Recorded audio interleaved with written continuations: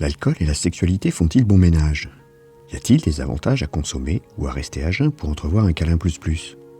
C'est à ces questions que nous allons répondre juste après la courte présentation de la chaîne. Bonjour, tu es sur Harmonie Décor. Cette chaîne t'est tout particulièrement destinée si ta sexualité ou celle de ton couple ne te semble pas en adéquation avec tes attentes. Je te donne ici des conseils pour mieux comprendre et mettre en pratique les petits blocages qui te nuisent. Je t'invite donc, si ce n'est pas encore fait, à t'abonner à la chaîne, mais aussi à la newsletter du blog harmoniedécor.fr, harmoniedécor.fr. Tu recevras ainsi chaque semaine un complément réservé aux abonnés sur l'article de fond du vendredi. Revenons au sujet du jour dans lequel je te propose de mieux comprendre dans quel sens l'alcool va influer sur tes réactions psychiques et physiologiques durant une relation intime, qu'elle soit sexuelle ou non.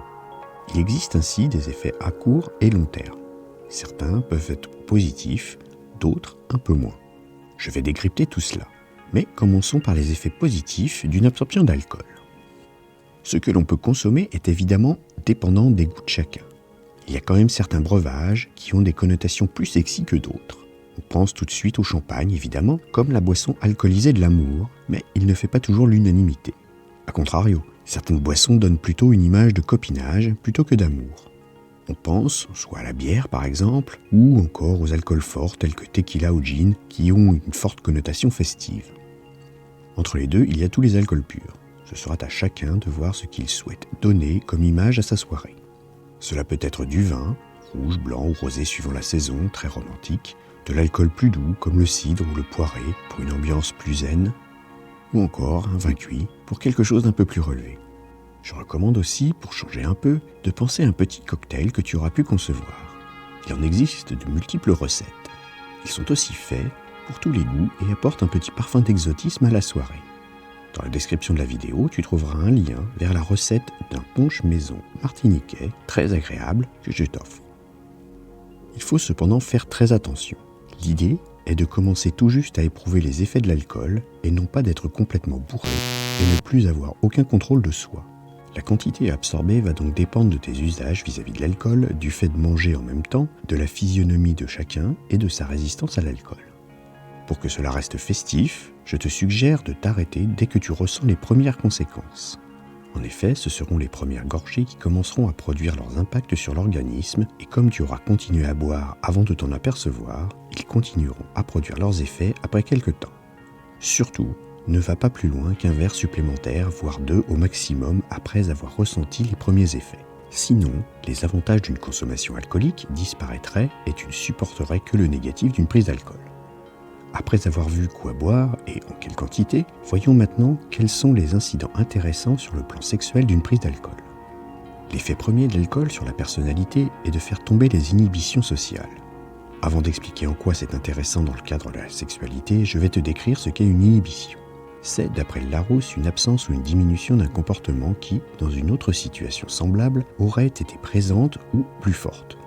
C'est un processus interne qui est supposé empêcher ou freiner l'apparition d'une réponse et expliquer ce comportement. Donc, en temps normal, notre conduite sociale, dès que nous ne sommes pas seuls, est soumise à filtrage très sévère de notre conscience.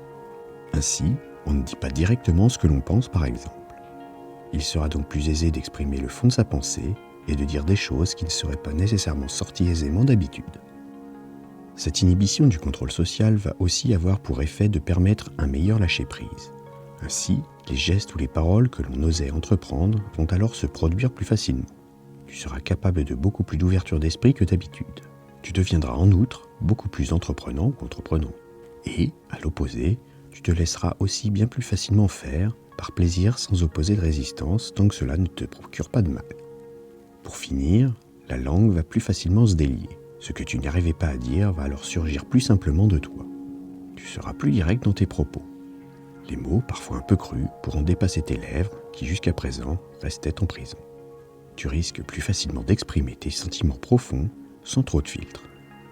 Cependant, l'alcool, surtout quand il est pris dans des quantités un peu trop importantes, peut avoir de sérieux points négatifs sur ta sexualité et ton comportement. En stoppant le filtrage que la conscience sociale met en place, il est possible de dire ou de faire des choses qui n'auraient jamais été faites en temps normal. Cela peut faire même ressortir une partie de toi que tu ne connais pas et qui ne te ressemble pas. Il faut donc prendre garde à ne pas trop boire pour éviter de permettre des paroles ou des actes que tu regretteras ensuite amèrement une fois la cuite passée. Tu peux aussi être abusé par un ou une partenaire qui utiliserait la faiblesse de tes barrières pour se permettre des actes que tu n'autoriserais pas à jeun. Il faut donc aussi faire très attention à cela. Les histoires de viol en boîte de nuit après avoir trop bu ne sont pas que des légendes. Bon, on ne va pas se mentir, l'haleine joue un grand rôle dans la relation sexuelle. Une mauvaise hygiène buccale nuit fortement au désir de baiser et tout jeu avec la bouche. Eh bien accroche-toi car l'alcool ne favorise aucunement une haleine légère. En effet, le sucre contenu dans la boisson sera vite attaqué par les bactéries présentes dans la bouche et causer des odeurs malséantes.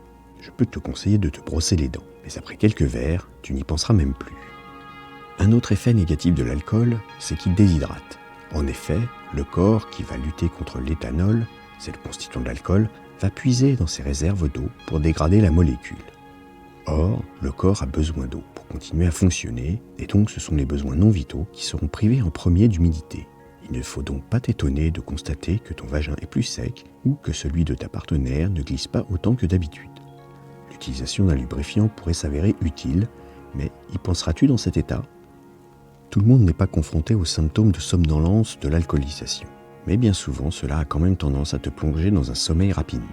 Il ne sera donc pas génial si tu t'endors le nez sur le clito de ta partenaire ou bien en tétant son pénis comme un bébé. Ce sera d'ailleurs encore pire si c'est pendant une pénétration. Chez d'autres, l'agressivité est un autre effet possible de l'alcool que tout le monde n'expérimente pas fort heureusement. L'alcool peut engendrer des paroles très violentes et des actes que tu ne cautionnerais pas à jeun. Si tu sais que tu es dans ce cas, je te recommande de fortement surveiller ta consommation, voire d'éviter de boire. En effet, on ne sait jamais ce que l'on peut être capable de faire et une parole ou un geste malheureux peut mettre à mal de façon définitive ton couple. Pour finir avec ces messieurs, l'abus d'alcool nuit gravement à l'érection.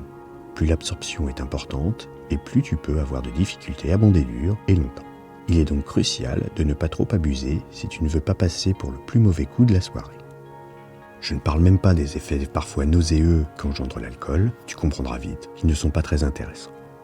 Comme on vient de le voir, les méfaits sont quand même assez nombreux sur l'instant. C'est encore plus vrai si la consommation est importante. Il est donc indispensable de faire attention.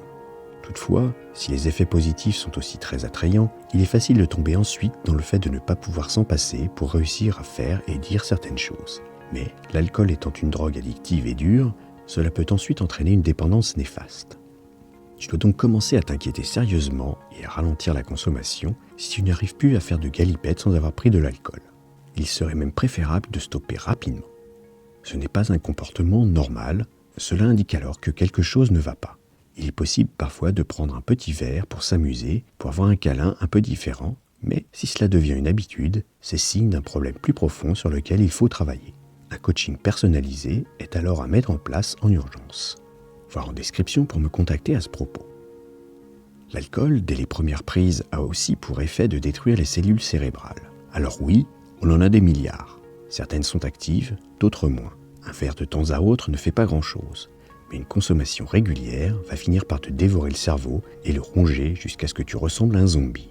Ce n'est pas beau à voir, inutile de faire l'essai.